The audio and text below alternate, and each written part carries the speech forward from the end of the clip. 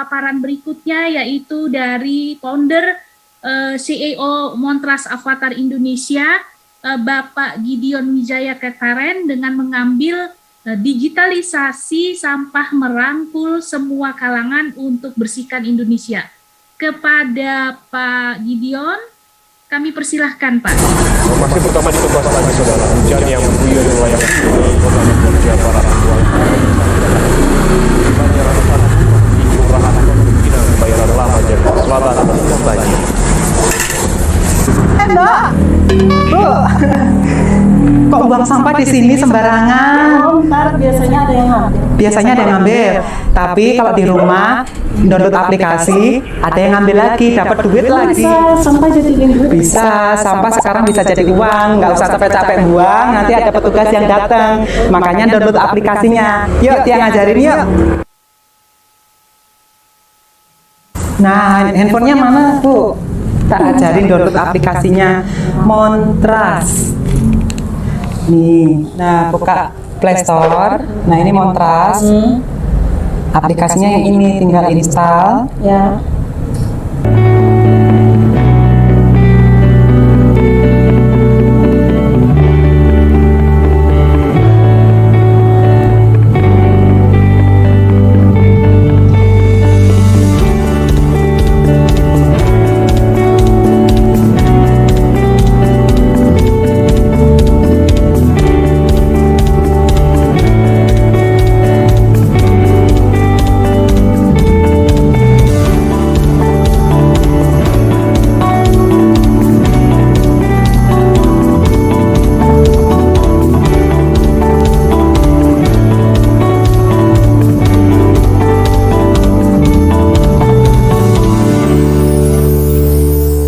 Klik aja, nanti petugasnya datang dari Montras itu ngambil sampah kita. Terus nah kita nggak usah top up, kita siap buang sampah panggil, siap buang sampah panggil, nanti saldonya nambah-nambah sendiri. Bisa ditarik tunai jadi uang, Bu, seperti itu. Sini Pak.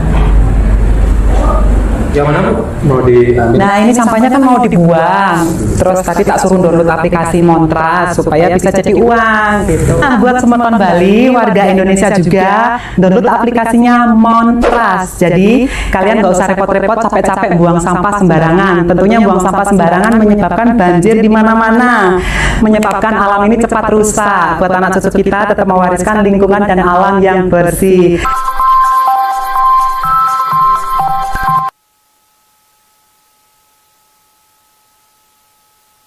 Terima kasih Bu Helda. Apakah suara saya kedengaran, Bu? Dengaran jelas, Pak Gideon. Oke, saya lanjut. Terima kasih yang saya hormati Bapak Menko Maritim dan Investasi, Ibu Menteri Siti Nurbaya yang diwakili oleh Pak Wamen, Pak Aludohong, kemudian Bapak Menteri Perdagangan atau yang mewakilkan, kemudian Bapak Menteri Perindustrian atau yang mewakilkan, Ibu Menteri Tenaga Kerja atau yang mewakilkan, kemudian Bapak Menteri Koperasi yang diwakili oleh Pak Riza Damani, kemudian Bapak Menteri Pendidikan dan Kebudayaan yang diwakilkan, kemudian yang saya hormati sahabat saya Ibu Christine Halim dari Adupi, kemudian Pak Suhendra, orang yang luar biasa. Salam hormat buat Pak Suhendra dari Plastik Pay, kemudian Pak Yudi dari Jaga Bumi. Demikian juga dengan Pak Ipam yang menjadi Direktur Sekolah Sampah Nusantara. Terima kasih atas kesempatan yang diberikan kepada Montras. Mungkin bisa ditampilkan presentasi saya.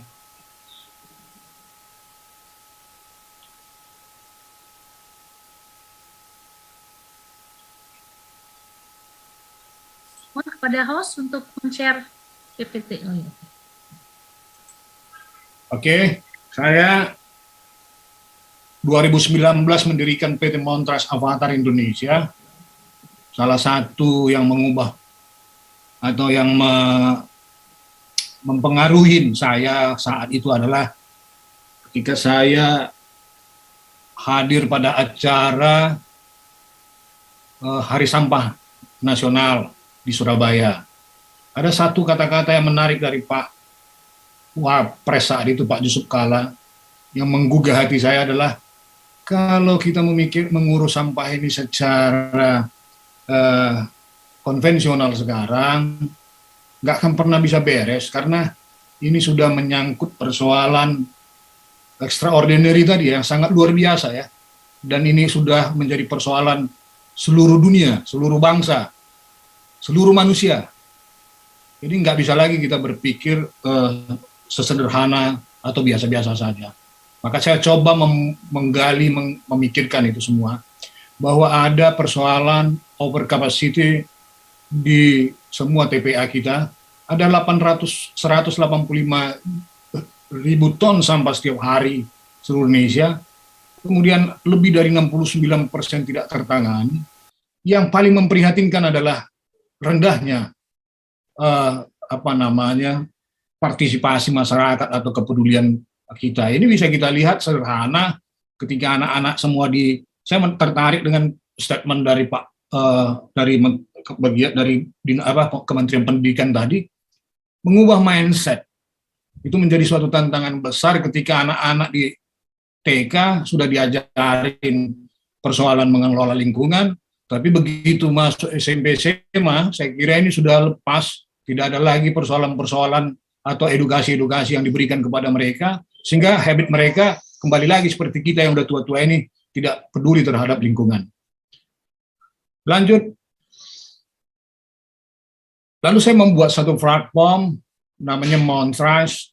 Platform ini supaya bisa menjadi platform semuanya orang. Itu cita-cita. Jadi seluruh birokrat, seluruh Pemda, nggak perlu lagi buat aplikasi. Ini kayaknya Google, saya mau buat ini jadi Google-nya pengelolaan sampah Indonesia. Nggak usah lagi ada tender-tender pengadaan aplikasi apa segala macam, tinggal pakai aja ini. Gunakan aja ini, semua bisa digunakan, fitur-fiturnya terus saya kembangkan sehingga semua bisa memakainya. Dan lanjut,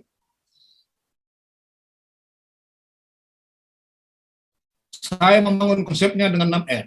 Pertama yang saya bangun adalah Montrust membangun rating, pola pikir. Maka kami mengedukasi masyarakat, mengedukasi setiap warga agar peduli terhadap persoalan sampah, bahwa sampah ini bukan menjadi persoalan pemerintah saja, dan bukan menjadi tanggung jawab perusahaan saja, tapi semua menjadi tanggung jawab bersama. Persoalannya adalah industri sudah melakukan yang terbaik, produsen sudah melakukan yang terbaik, memberikan yang termurah, gampang terdistribusi, lalu bisa digunakan kapan saja, sehingga kita merasa nyaman terhadap semua yang kita konsumsi. Lalu persoalannya ketika ini semua kita konsumsi, kita lupa bahwa ada tanggung jawab kita secara moral, bahwa ini harus kita pilah, harus kita singkirkan dampak-dampak negatifnya kepada alam. Ini yang menjadi persoalan, ini yang harus kita terus edukasikan, bahwa ini bukan menjadi persoalan edukasi kepada anak-anak saja, tetapi orang-orang tua seperti kita juga masih bisa diedukasi. Dan menurut penelitian bahwa usia juga tidak menjamin bahwa otak itu berhenti bekerja. Jadi dengan perubahan-perubahan mindset seperti ini masih bisa kita lakukan, baik termasuk pada orang-orang yang sudah dewasa. Kemudian reuse. Reuse ini kami akan menampilkan semua produk dari Pemda atau dari bank sampah seluruh Indonesia, tampilkan di sana hasil-hasil daur ulang mereka.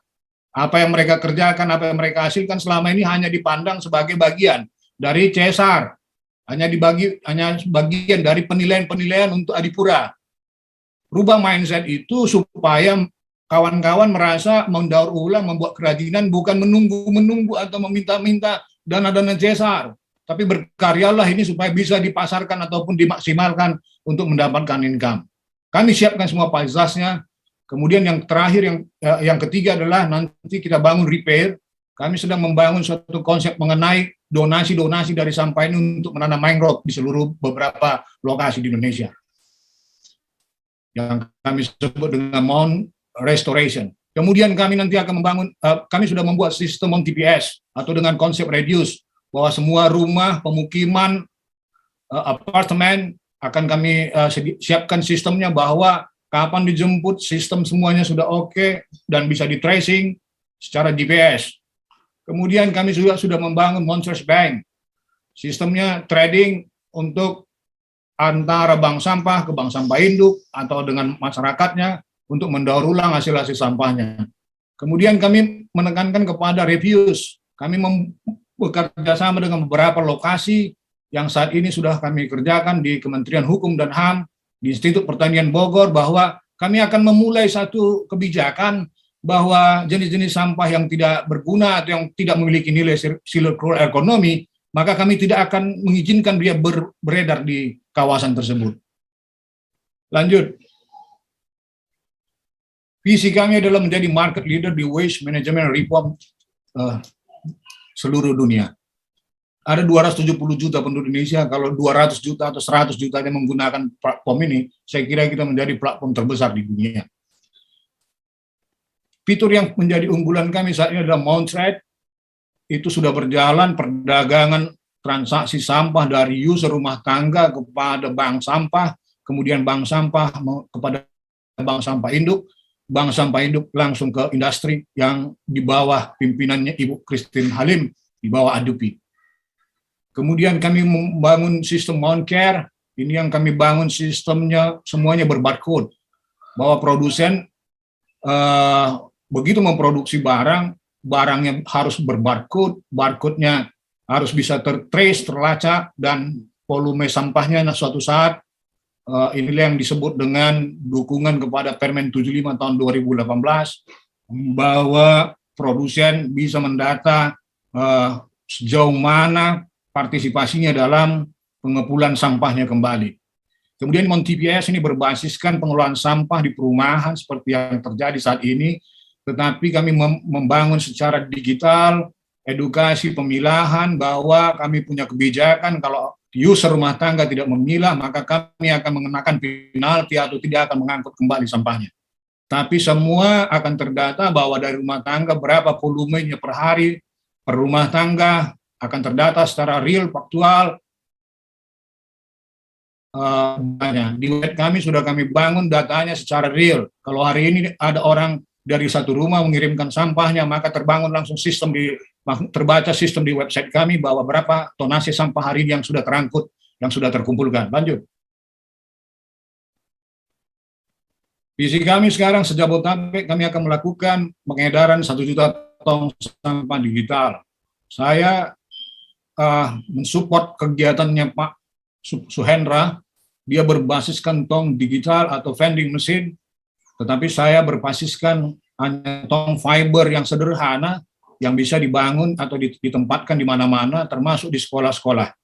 Jadi nanti anak-anak sekolah yang kesulitan ekonomi mungkin bisa mengumpulkan banyak sampah di jalanan, tidak perlu harus mengumpulkannya di rumah sebanyak mungkin, karena pasti orang-orang yang kurang mampu ini rumahnya halamannya pun kecil. Jadi day per day, botol per botol bisa dimasukkan langsung dapat poin per poin. Jadi kalau usah tunggu lama lagi, langsung dimasukkan, kemudian bisa mendapatkan saldo. Kemudian kalau masih berlaku sekolah online nanti mungkin dia bisa membeli kuota internet. Lanjut. Bisnis proses kami dari MCP kami sebut dengan Montrade Collecting Point. Ini ada di perumahan, sekarang ada di apartemen, ada di building yang sudah kami bangun. Jadi konsep kami adalah seluruh building di Jakarta ini harus menjadi bank sampah. Kami yang bangun, kami yang buat, kami yang ngurus izinnya semuanya menjadi satu bank sampah. Artinya bahwa tidak lagi building-building ini mengumpulkan sampah dari tertinggi sampai ke bawah lalu dikumpulkan ke tempat pembuangan sementaranya secara gabungan. Ini yang mempersulit, yang membuat kita menjadi ribet hingga saat ini. Tetapi kami sudah mengedukasi di beberapa building dan kami mengerjakannya juga bahwa sampah-sampah tersebut sudah kami pilah antara organik dan anorganik. Jadi semua sampah sampai sekarang di Kumham sana yang sudah kami kerjakan mungkin sudah bisa kami katakan hanya sampah-sampah residu atau yang terindikasi limbah medis saja, baik masker dan sisa-sisa obat-obatan yang mungkin masih menjadi residu dibuang ke TPA. Tapi sisanya yang organik dan anorganik semuanya sudah kami manfaatkan. Kalau seandainya 1000 building di Jakarta sudah melakukan itu, Saya kira tidak ada lagi data yang mengatakan bahwa hari ini Jakarta mengirim 8.000 ton atau sekian ribu ton sampah ke Jakarta, ke TPA Bantar Gebang.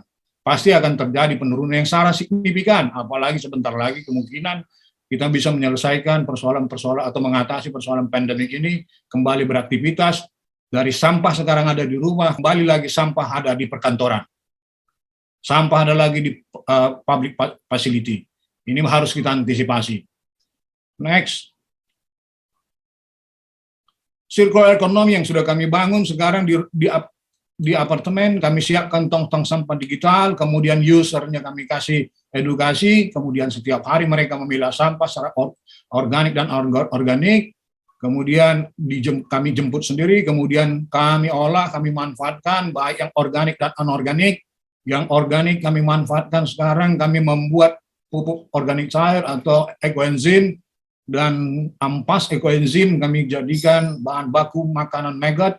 Kemudian kami sekarang memelihara ayam di Sentul dan menanam singkong di lahan kami di Sentul. Itu yang sudah kami kerjakan. Kemudian yang plastik dan yang bahan baku yang lain, baik kertas, baik logam dan segala macam, semua langsung kami kirim ke industri-industri yang menjadi mitra kami. Lanjut. Saat berdiri 2019 kami ada di 10 kota, kemudian ada 300 mitra kami, mitra-mitra recycling maupun pengepulان atau presan, kemudian ada 25.000 user. Puji syukur hari ini kami mendapatkan data bahwa kami sudah menembus 50.000 user hari ini, kemudian ada sekitar 8 juta plastik yang sudah kami kumpulkan. Ini data per bulan 2 tahun 2021. Lanjut. Data real kami hari ini bisa dilihat website kami di www.montras.com per 30 Agustus tahun 2021 adalah kami sudah mengumpulkan organik 67.000 kilogram atau 67 ton. Kemudian plastik kami sudah mengumpulkan 179,3 ton. Paper 51 ton, metalik 109 ton, gelas 13 ton. Ini data kami yang sudah kami kumpulkan dan kami mengambilnya langsung dari rumahnya. Kami mengambil data ini hasil dari user kami yang kami ambil di rumah. Persoalan-persoalan yang sering kami hadapi, kendala yang kami hadapi ngambil dari rumah adalah pertama, bahwa tidak semua apartemen itu boleh kami masuki, walaupun usernya ada. Misalnya dari satu apartemen ada 10 orang yang sudah menjadi user di sana, ketika kita mau ngambil barang-barang ini, kita nggak diberi akses oleh apartemen. Satu. Yang kedua, bahwa proses pemilahan proses pengangkut dari sampah dari rumah memiliki kendala dari sisi transportasi. Jujur saja kami katakan bahwa kami ini bukan perusahaan besar, kami hanya UMKM, kami hanya menyiapkan beberapa unit mobil saja dan mitra untuk mengangkutnya. Karena persoalan sampah ini beda dengan persoalan GoFood atau makanan. Ya, kalau makanan tinggal di pick up segala macam, diangkut segala macam, bisa cepat. Tapi kalau di pengangkutan sampah, saya kira kalau kita mengangkut pakai motor cuma dapat misalnya 10 kilo, saya kira tidak make sense untuk biaya transportasi yang diberikan buat abang ojolnya. Ini yang menjadi kendala kita.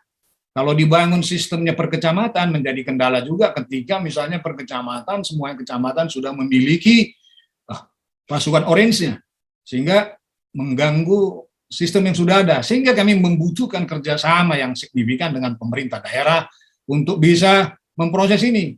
Katanya kan kita mau menjalankan circular economy. Harusnya Pemda-Pemda di daerah juga mendukung ini, supaya sistem aplikasi ini didukung, sehingga semuanya bisa mendapatkan circular economy. Manfaat bahwa mereka mengumpulkan sampah itu yang belum ada sekarang. Banyak survei yang mengatakan bahwa ketika barang sudah dikumpulkan, begitu datang petugas orange atau petugas truk pengangkut sampah, digabungkan kembali. Menjadi persoalannya, kenapa seperti itu? Ini yang ditanyakan tadi oleh rekan saya, misalnya di awal tadi, Pak Nara, di mana tipping fee-nya? Ini pasti persoalannya ada di tipping fee. Sehingga kawan-kawan yang mengangkut sampah secara tidak menghitung bahwa sampah harus dipilah. Karena kalau sampah dipilah, maka makin ringan dia dikirim ke Bantar Gebang atau ke TPA. Maka makin kecil dapat tipping fee-nya. Jadi semakin banyak sampah masuk ke TPA, ya semakin besar tipping fee yang diberikan. Ini yang menjadi mindset kita. Sekarang, coba tipping fee itu kita ubah. Kita berikan di masyarakat. Kalau tipping fee itu kita berikan di masyarakat, kalau sekarang 400.000 per ton, maka kita edukasi masyarakat. Kalau kalian mengumpulkan sampah, saya kasih 400.000 per ton setiap bulan. Saya kira nggak ada sampah dibuang ke TPA. Coba rubah dulu mindset. Strateginya dirubah. Diberikan di akhir, maka menumpuk sampah di akhir. Tapi kalau diberikan di awal, maka akan banyak sampah di depan yang tinggal diangkut saja, karena orang berlomba-lomba untuk mengumpulkan sampah yang bisa mendapatkan insentif untuk minimal membeli pulsa ketika anak-anaknya online kelas, atau ketika dia harus WFH. Ini yang harus kita pikirkan secara bersama. Lanjut. Ini klien kami, IPB, Universitas Pamulang, kemudian Gerakan Pramuka, kemudian Kota Palangkaraya, Masjid Istiqlal, kemudian Suku Dinas LHDKI Jakarta Utara. Terima kasih kepada Pak Kasudin LH Jakarta Utara yang mempercayakan Montras untuk mengelola Bank Sampah Induk per 1 September. Kemudian Kemenkumham, dan kami juga bekerja sama dengan Bank DKI. Kami membangun aplikasi khusus untuk DKI namanya Jack One R3. Kemudian inilah mitra kami dari Plastic Industry Partner, ada Veolia di Pasuruan, kemudian Langgeng, kemudian Tridio Aziz. Lanjut. Terima kasih, saya Gideon Wijaya Ketaren. Saya serahkan presentasi selanjutnya atau acara ini selanjutnya kepada host. Terima kasih. Baik Pak Gideon, atas paparannya ini saya sepakat sekali bagaimana mindset tipping fee ini bisa diberikan kepada masyarakat agar masyarakat ini berlomba-lomba untuk dapat mengelola sampah mereka, dan sehingga tidak ada lagi yang dituju ke TPA yang masih bermetode open dumping. Baik, luar biasa nih, apresiasi masih bertahan 533 orang di acara webinar ini.